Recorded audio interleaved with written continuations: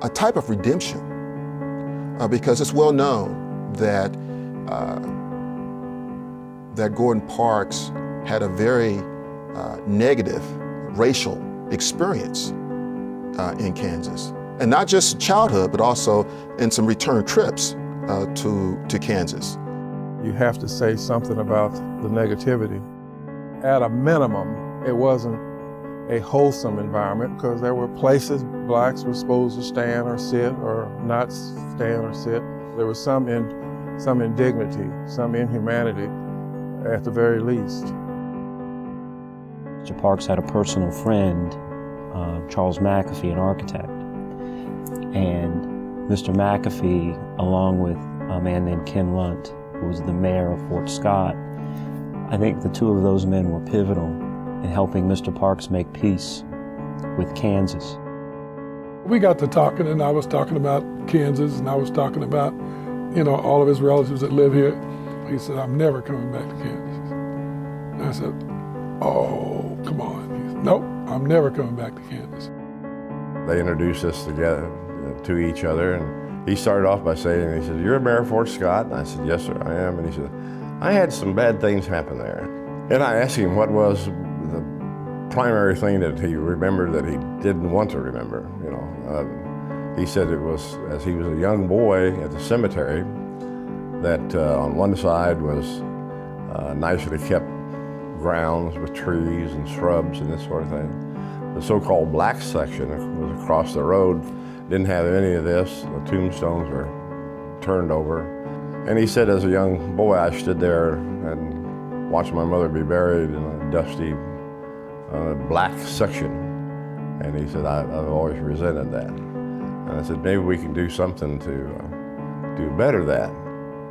And he looked at me, and I just had the feeling like, based on his history and relationships and abuse by some people, that he was saying, yeah, white boy, we'll see what you could do. Gordon had written a book called The Learning Tree.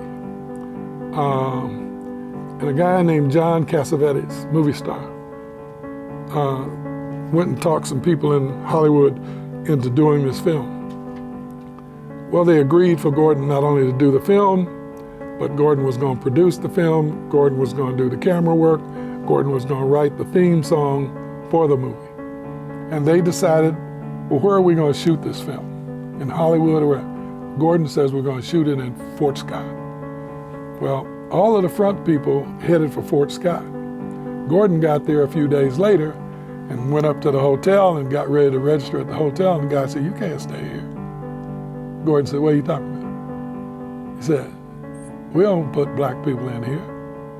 Gordon says, well, all these other people are here because I sent them here. But this was left a very, very, very bitter taste in his mouth. And he just flat out swore he was never going to come back here. He witnessed some things that hadn't changed since his childhood, and that's depressing.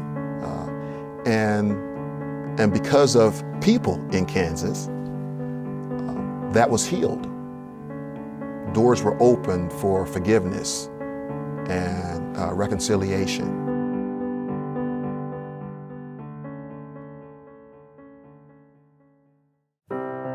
So I came back to Fort Scott, and then Evergreen Cemetery is not too far out of town, it's in the county. And I went out and found the so-called black section, and it was, as Gordon said, it didn't look good at all. It wasn't like the other parts of the cemetery. So over a period of about 3 years, we had several work sessions. We used city equipment, water the shrubs and things, dig the holes, and city people to do that. So that's when we started to do something to show Gordon that what needed to be done. It was wrong. What had happened was wrong. We needed to correct it, make it straight. I said, Gordon, I said, I just finished a building on Wichita State's campus, the McKnight Art Center, and I think, the Ulrich Museum ought to have a Gordon Parks show. He said, I'm never coming back to Kansas. I said, Gordon, I got it all set up for your second semester. at the Art Museum in Wichita. You really want me to do that? And I said, yeah, I really want you to do that. I mean, you know, I know some of what you've been telling me about why you don't like Kansas, and why you're never coming back there. And I said, but I think this is the only way it's going to get turned around.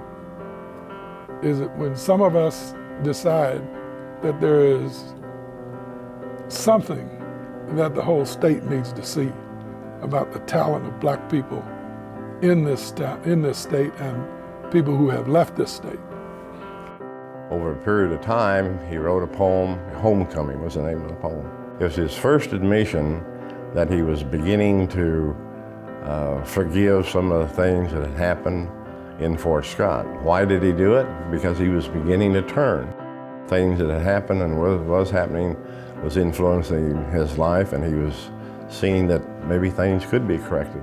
The world was beginning to change. David tells a story about his father's last days, where he tells David that he wants to go home, and I guess they're in New York City at the time. And David says, you want to go home? You want to go to White Plains? And Mr. Parker says, no, dummy, Kansas. The fact that later on in life, he articulated his desire to be buried in Kansas. I mean, that comes full circle.